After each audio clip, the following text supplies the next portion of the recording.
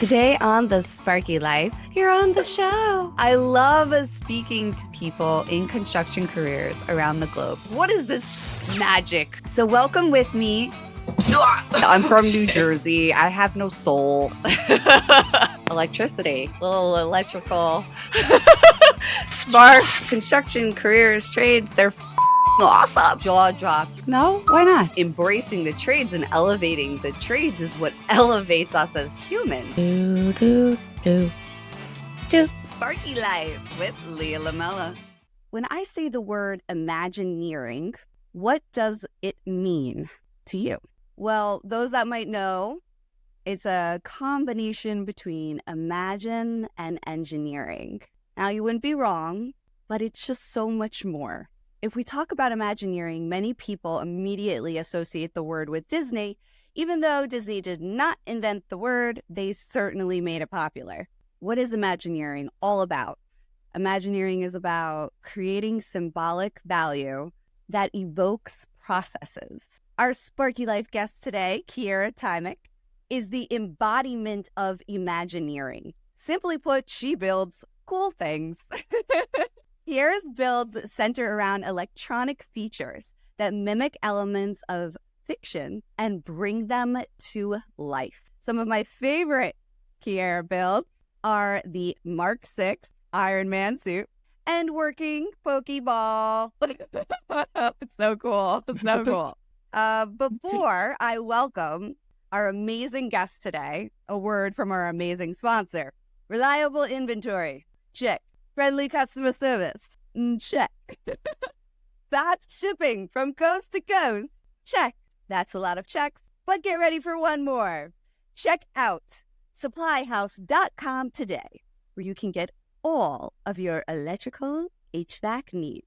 All right, welcome with me, Kiara Tymec. Thank you so much for being here, Kiara. Thank you for having me. Also, you made me sound a lot cooler in that intro, so I appreciate that. Thank you. That's not true at all. Okay, I didn't do it justice. If I could only throw up pictures of your builds as I'm doing the introduction, that would be even cooler. That would be even better. That's badass. Okay, thank you. When I was coming across your reel, that's when I was really introduced to a lot of your builds. And the one reel in particular that got me was the reel where you say why I build things. That touched me. It resonated with me because when I saw that, I immediately thought of the skilled trades. I immediately thought of tons of my friends, tradesmen and women, who whenever we walk by a building or a structure, proudly were like, I built that. How did you go down this journey of building? So I can honestly say it all started with Iron Man. I've always been a Marvel fan. Always. Like my entire life. I think I grew up with Spider-Man first. And that's what kind of planted that seed at a really early age. I always wanted a Spider-Man suit. It was like a dream. It was a dream. And so when I was I think I was 17 or 18 years old, I got my first Spider-Man suit for Halloween. And I wore it it was like a superhero and princess event. It was like a breakfast at my high school. And it was like a more feminine Spider-Man suit. Like it had when you buy a Spider-Man suit, they have muscle shading. Yes. It had female muscle shading. And yeah, so I took that to the breakfast, and there were a ton of little girls dressed as princesses because it was princess and superhero breakfast. And they were like, oh my God, look, it's Spider-Girl. Aww. And it kind of did something for me because I was like, wow, when I was their age, I wish I had a girl dressed as Spider-Man. Yeah. Show up to my school and be like, that's cool. You should do that. Because it was frowned upon when I was younger. So that was the first little spark. And then the second little spark was Iron Man 1 and 2. My favorite is 3, and that's a controversial opinion apparently. Mm-hmm, very much so. But yeah. But Iron Man 1, I remember I don't know, it gave me passion. I wanted to be an engineer from the moment I saw that movie. Wow. I was like, I'm going to go to MIT. I'm going to get crazy grades. Spoiler alert, that did not happen, but it was a dream. But that movie started something in middle school for me, and I wanted to build an Iron Man suit. So I was like researching on the internet, like, how can I do this? I was finding like paper templates because, you know, I'm a middle schooler. Yes. I don't have many resources or like money. Yes. So my parents were taking me around back to when like Radio Shack was open. They'd buy me like LEDs. Yeah, I remember those days. Like, stuff like that. Yeah. I built a little arc reactor from like copper wire and like this kind of LED. Cool. And I learned how to solder in middle school. Like my parents yelled at me because I did it in the house and I made a bunch of smoke and they didn't like it. But I learned in middle school. And that was like the first thing that really like ignited my passion for building. And I was fortunate enough to go to schools like middle school and high school that offered STEM classes. So wow. In middle school, I was able to take like a CAD design class. I'm so jealous. And like yeah, it was really awesome. I had a really cool teacher. I think his name was Mr. Brown, but he was awesome. And we had those little like plug and play circuit board kits. Yes. So I learned about circuits and stuff like that. So a lot of that kind of furthered my interest in this topic. And then like in high school, I pursued the same thing. I also went into the arts. I've been doing art my entire life, drawing since I was like 3 years old. So both of those mixed together. And then I found like this community of people online who like make things and, you know, 3D print and create content. Yeah. And it was like something just kind of clicked. And when I graduated high school, I just kind of went straight into it. I did go to school for engineering. I went to Northern Illinois University for, I think, like 2 years max. The first year was mechatronics engineering. It was okay for like the first semester. Okay. And then calculus 2 took me out. I could not handle it. It was like the hardest thing I've ever done. Yep. I hate calculus. Lots of tears were shed. Yep. Yeah, it was brutal. That made me change my major because I was like, I can't keep up with it. I went to computer science, okay, which I thought would be better and was like way harder. Yeah, it's not. So, yeah, I was like, oh, there's no math. And then I realized it's all like it was just so hard. So then I switched to art. I went to the School of Art there. And then my friend, who is actually my boyfriend now, went to Columbia College Chicago, which is like a film school type scene. And I graduated recently with a degree in production design, which is basically like the head of art department. Like you're in charge of what happens on screen with like set, the visual elements, stuff like that. Right. So essentially it's like I'm creating props that can be used for film. I'm basically doing what I wanted to set out to do without all of the awful math. So that's the long answer.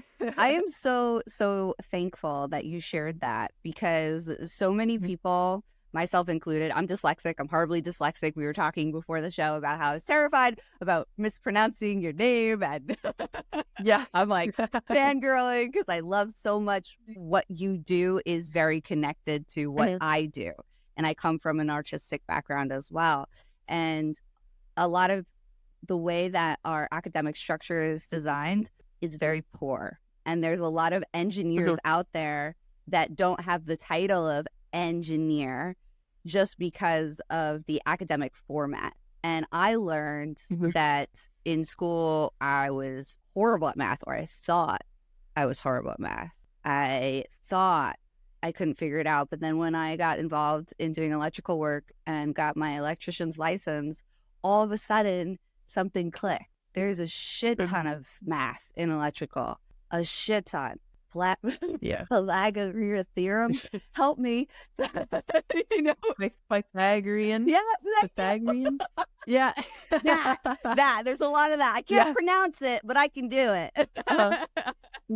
But that's my point. Is that I would not have been able to get a degree in electrical engineering, but I literally do that every day, like as an electrician. And I love that you didn't let the quote degree take you away from the original goal. You just found another path to get you where you wanted to go.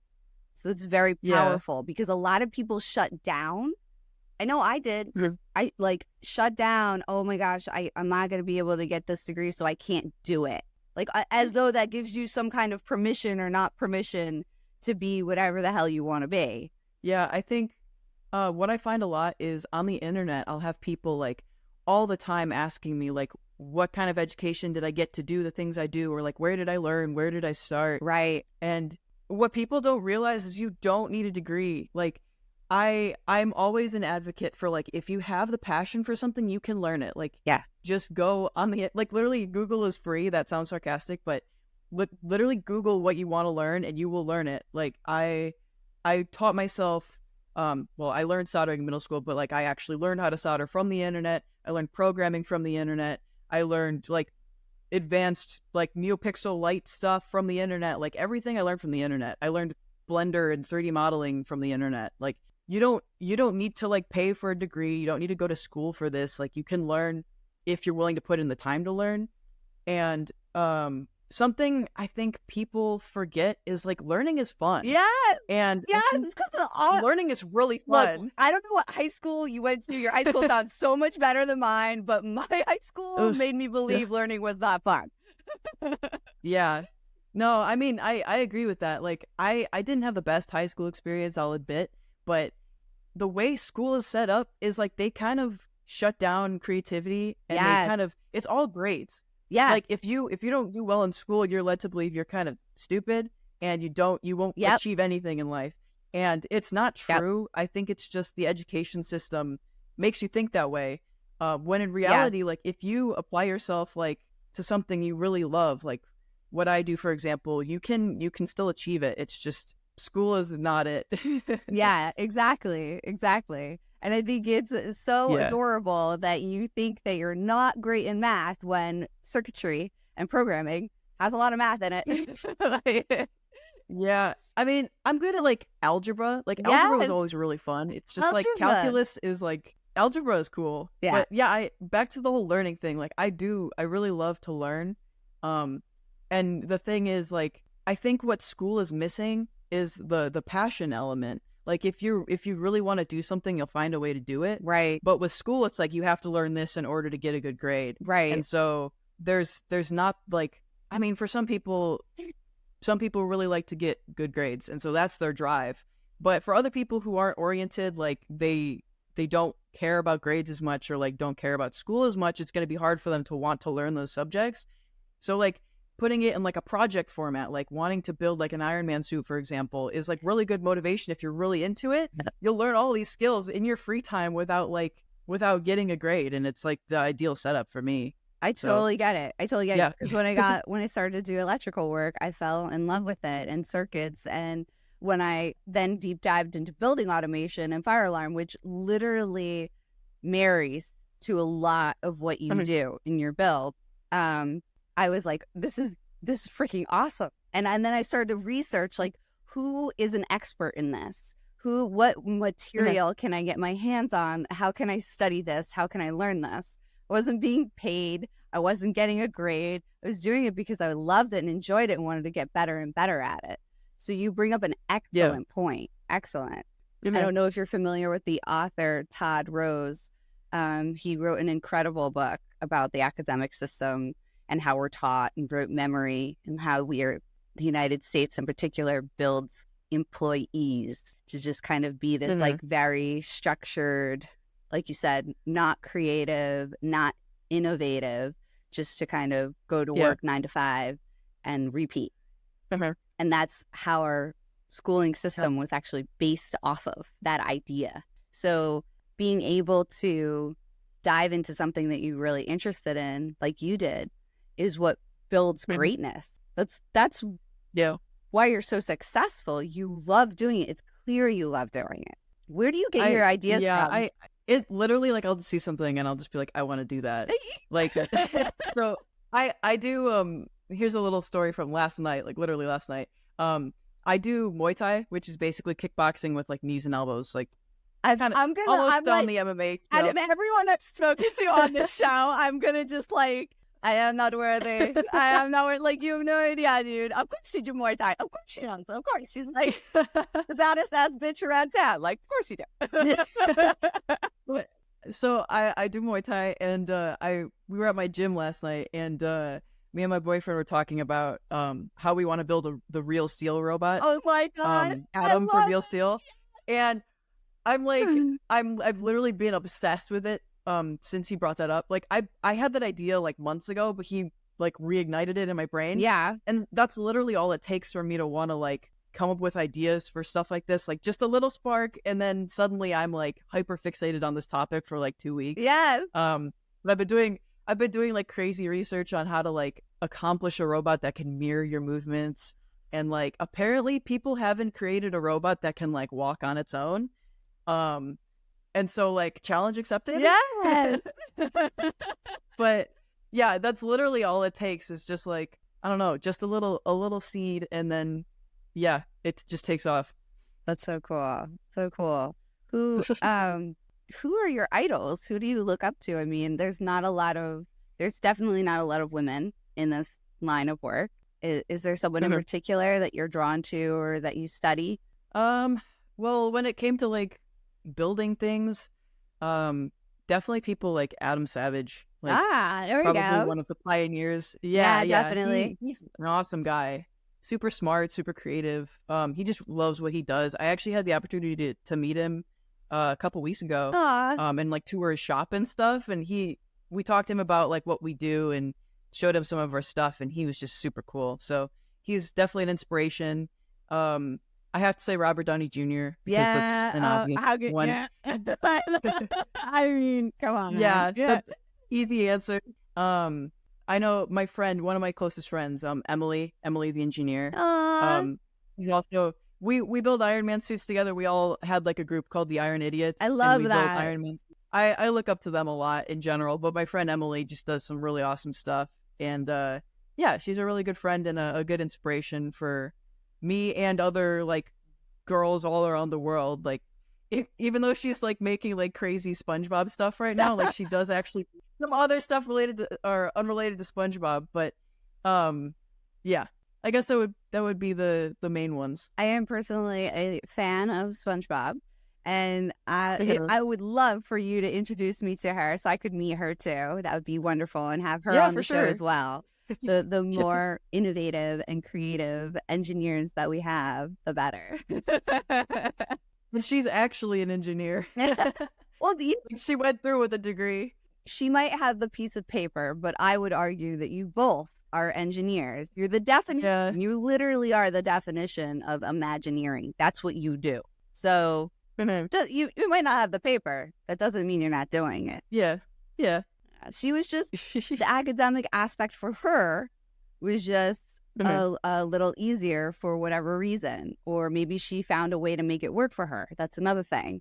I mean, when I read the book Jim Quick, Limitless, I was able to take my exams because being a very poor test taker, being dyslexic, and I was really worried about my journeyman's licensing. Like, I'm an amazing electrician. How am I going to pass this exam? And when I read that book, the tools that I was given, the tangible tools that I was given on how to learn, on how to improve my memory, on how to associate words with linking things together in a visual concept, helped me succeed in passing that test. So she might have had access to learning techniques that maybe you didn't at the time. Yeah. You know? We take a quick break to hear from today's sponsor. Finding parts shouldn't feel like catching lightning in a bottle. Get the parts you need delivered straight to your door with supplyhouse.com. They have a massive inventory of electrical products and nationwide shipping. All the top brands are there. Leviton, Square D, you name it. And they handpicked their selection with electricians and contractors in mind. So whether you're doing a residential service change or commercial update, they've got you covered. They also have friendly customer service from real people, so you can build, repair, and upgrade with confidence. It's online convenience with a brick and mortar personality. What's not to love? Check them out today and see how much time you could save on your next job at supplyhouse.com. Now, back to the episode. I also think I genuinely have a focus issue, and I'm not gonna self-diagnose myself because I'm not diagnosed with anything, so I'm not even gonna go there. No, But no labels. We don't when I was when I was in college and I was taking engineering classes and I was like a mechatronics major, it was weird because I wanted the title of like engineer, but the stuff I was doing I could not care less about, like studying for math and like pulling all-nighters and stuff. I didn't have the determination to do it. Yes. And I feel like I could have gotten that degree if I really wanted to sit there and study. But I was building things and I wasn't studying. Like I was working on my own projects, and like there would be job fairs for engineering jobs, and I was like, I don't care about any of these jobs. Like I don't want to go to those. And that's when I kind of realized too, like this isn't what I should be doing. If I'm not like, my heart's not in it. Right. So it was less about the title then, and it was more about like, what should I be doing with my time versus studying. And like, it's okay if you want to study. Like I'm not knocking any of that. It's just not for me. Yeah. Right. And it just wasn't my path. Right. I get it. And I'm like you. I'd rather be building it than studying the rote memory textbook of allegedly why we're supposed to do what we're supposed to do, but not actually understanding the concept. So for me, if I don't build it, if I'm not actually doing it, or if I don't have access to a mentor that really understands the concepts of what's happening, then it's not interesting. It's just like I'm reading a textbook and I'm just spitting back what they want me to say in the textbook. That does not connect for me. That doesn't do anything for me. Yeah. Whenever you work on a project, and do you have like your own workshop set up a certain way? Do you have like a layout or a plan? Does it start with a design, or you just dive right in? It depends on the build. A lot of the stuff I've been doing lately has been like 3D printing oriented. So it usually starts with like design. So it'll be like I look for references, and then I have to create some sort of model, or I modify a model that I've found. Like for the Glamrock Bonnie build I did recently. Yes. It was pretty like I want to say straightforward, but that feels too simplified. It doesn't look straightforward, I'll tell you that much. Yeah. Well, for me, it was like, it felt less complicated than an Iron Man suit, because like Iron Man has so much going on, and there was like, there wasn't complex auto body paint and like stuff like that. So I was able to find a 3D model online by this guy on YouTube. I think his name was Luke TFM. I don't remember his exact username, but I emailed him about it because I was like, dude, this model is awesome. But it was a CGI model. Oh, cool. And I modified it to be 3D printable and like fit my body inside. So I started with that first, and then like, then you 3D print for like a month, and then it usually follows a pretty straightforward path after that, where it's just like sanding, painting, and then making sure everything fits right. But like for other things, like things you're not wearing, it becomes a little bit more complex because there's like more stuff happening inside, if that makes sense. Like the Pokéball, for example, was really freaking hard. Yeah. Like really hard.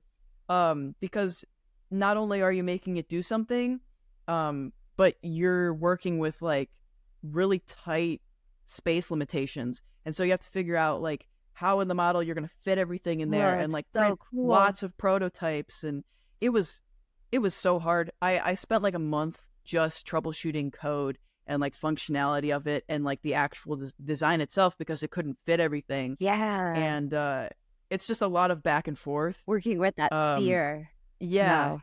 Yeah. And I honestly, like, I am really proud of that project. I haven't seen anybody fit that much into that little space. Like, it was a feat, and like, I'm really proud of it. And, I'm a pretty insecure person, I'll admit. Like, I'll sit here and be like, I do average things, and most people can probably learn how to do this. No. And people are just blowing out of proportion. But the Pokéball is something special. I think that's really cool. Oh, man. if everyone could do it, everyone would be doing it. Like, I mean, I think so. I mean, I know what it takes to, like, program those circuits. With Fire Alarm, you're working with DC electronics, circuit boards, your programming, it all kinds of falls into line. And when I first started out in building automation, it was a lot of like Arduino and Adafruit and all of that. Are you familiar with those boards? And Yeah, Mhm. yeah. what? Yeah, I use Arduino for pretty much everything. Yes, Yeah. I love that because that's something that's accessible that a lot of people might not realize. Like you could literally learn code and have access to electronic features and programming features Yeah. through these types of tools. It's not like you can't have access to it. So, Yeah. and it's like, It's affordable. right. I was just, the program is free. yes. Yeah. And they have like example codes. So like you can teach yourself through the example codes. It's pretty self-explanatory and it's got a pretty good learning curve. So Yeah, I started Yeah. with Adreno. That's where I started. I highly recommend that if you're interested in this kind of types of builds and aspects or line of work / career, that you should first dip your foot into Adreno, because that will quickly connect, or you'll see kind of like what you like about it and what you don't real quick, and whether or not you want to create similar types of things or structures. yeah, I think something that's a little bit more complex is the Raspberry Pi. Yes, that which is. I actually started learning last night because it has like so much more packed into it, but it's just like it's a different language, like a whole different. It's like a computer. Yes. Like it's a whole little thing. So definitely start with Arduino. It's more compact and self-explanatory. Right. It's a good foundation to have, a good starting point. Yeah. When do you think you'll start working on that challenge of making the robot walk by himself?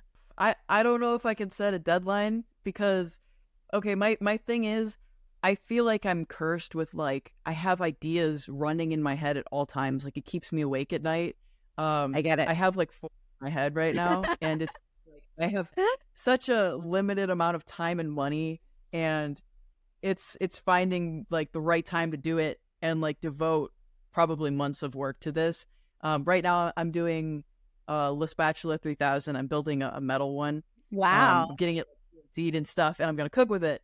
So that's the current build, and then I've got to get through a couple more, but then hopefully within the year I want to do real steel. But that's not a promise. Right. Okay. I don't know.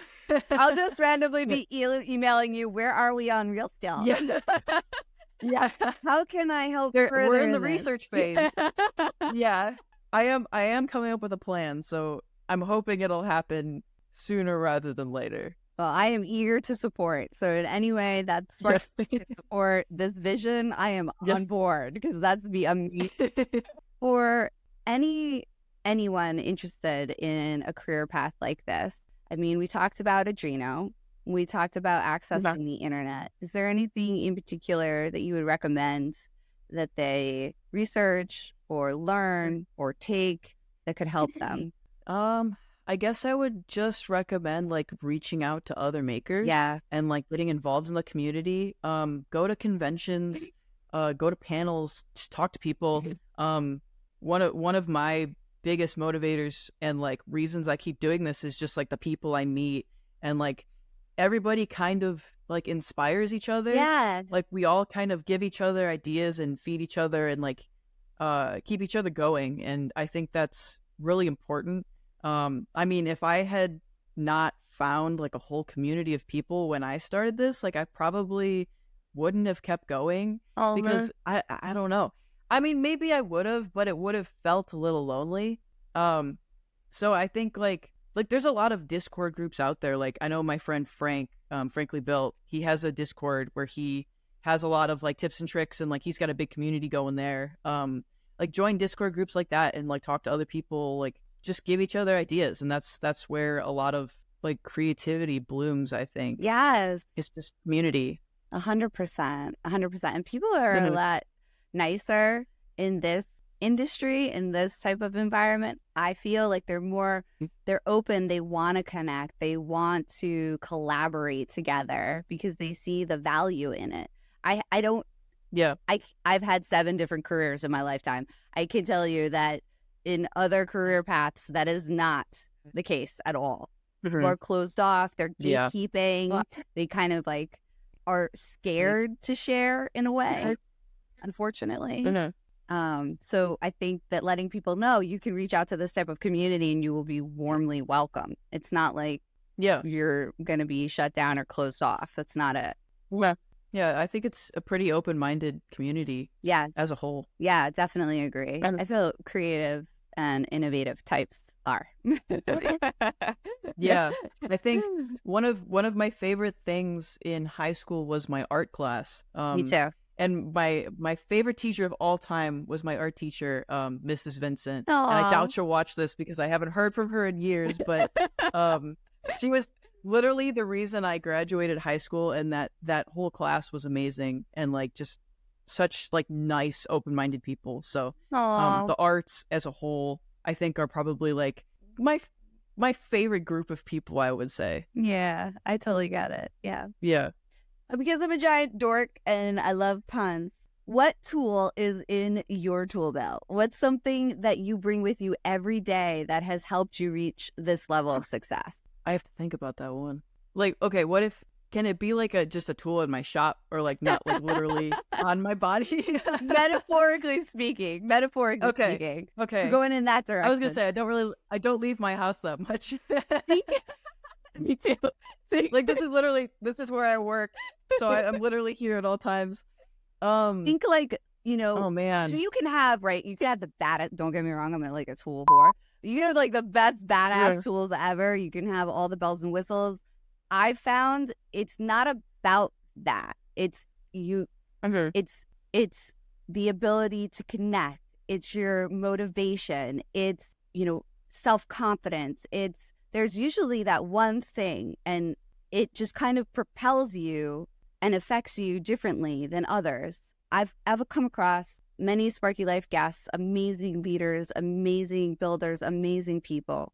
And they tend to hold on to this like one tool in a sense, or soft skill tool that when things get hard and life gets lifey, that has really driven them forward, that has kept them to not give up or to not self-doubt to the point where they break apart. So, okay, you mean like symbolic then? Yes. Okay, I totally misunderstood the question then. I guess I would just say I don't like to quit. Like, I like to see things through. And like, even if that means putting a project off for like even like months to a year, like I eventually do come back to it. Sometimes you just need like a brain break, but I am not a quitter. I don't like to give up on things, and maybe that makes me stubborn, but I don't know. I just think a lot of people get intimidated by things and they just say like, I can't do this, I'm giving up, and they don't go back to it, even though it's something that they could have really enjoyed and learned a lot from. Yes.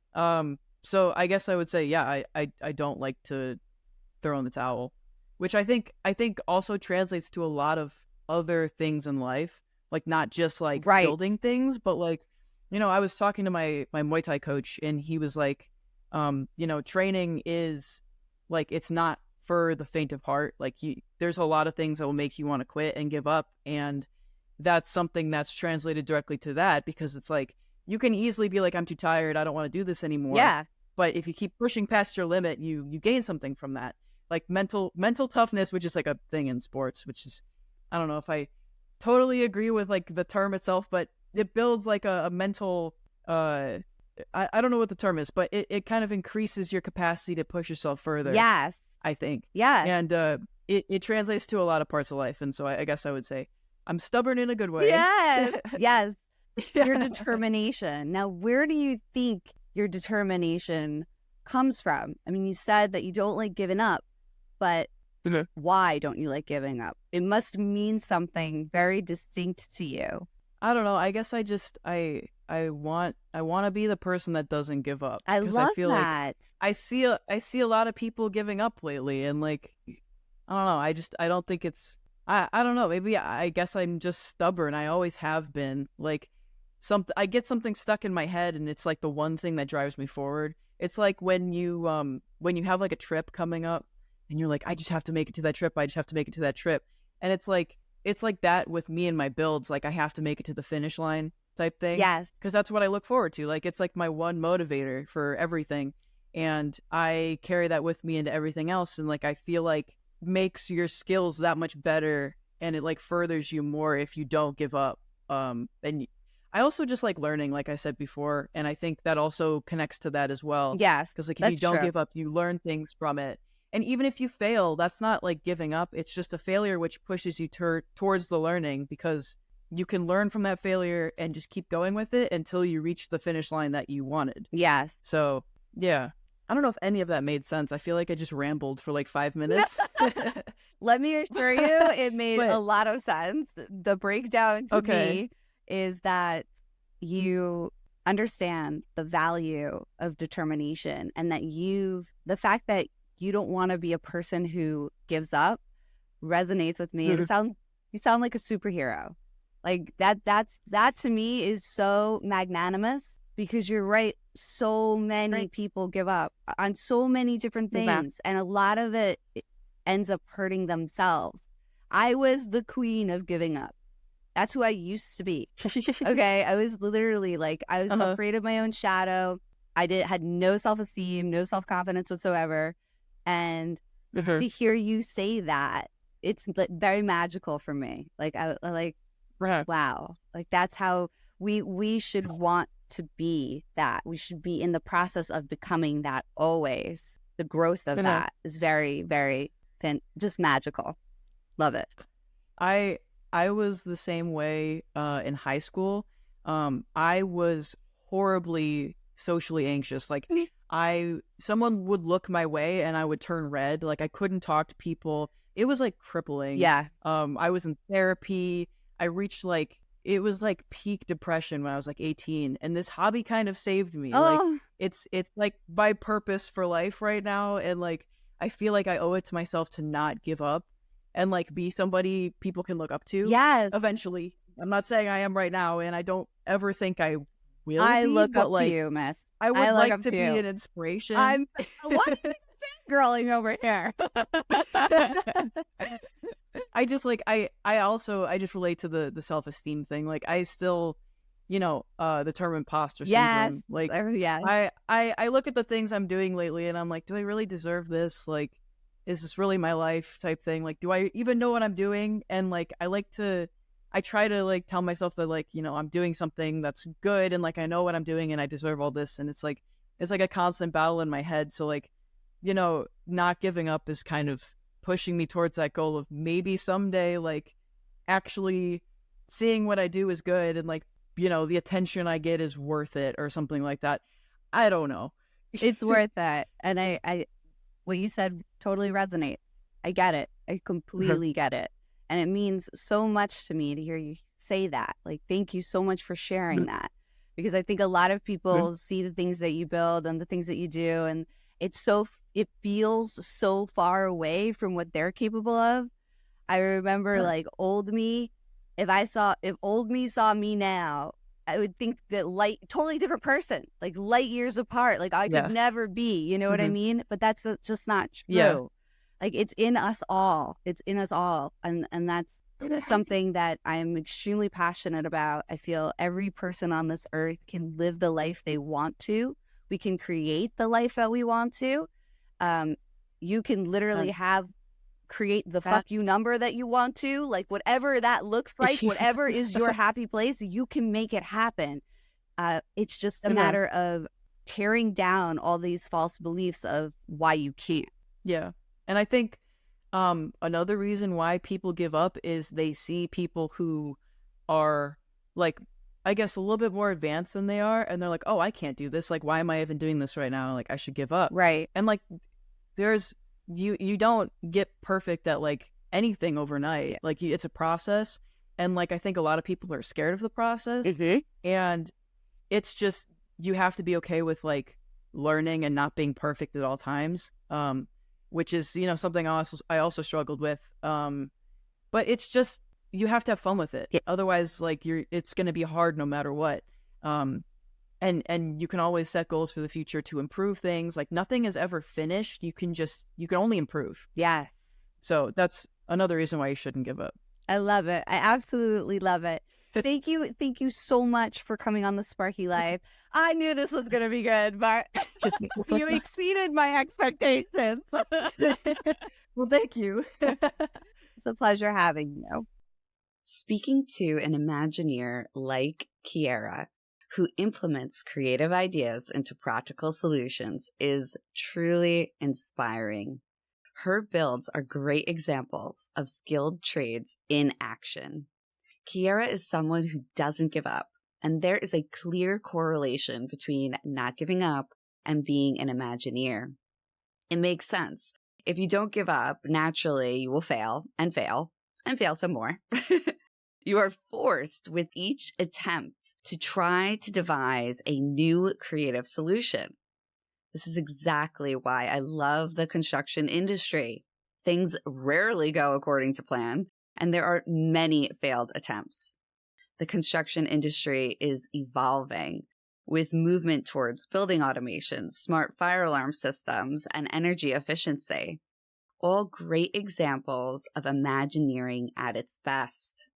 I see skilled tradesmen and women evolve into Imagineers on site all the time, MacGyvering projects, coming up with innovative solutions to get the job done.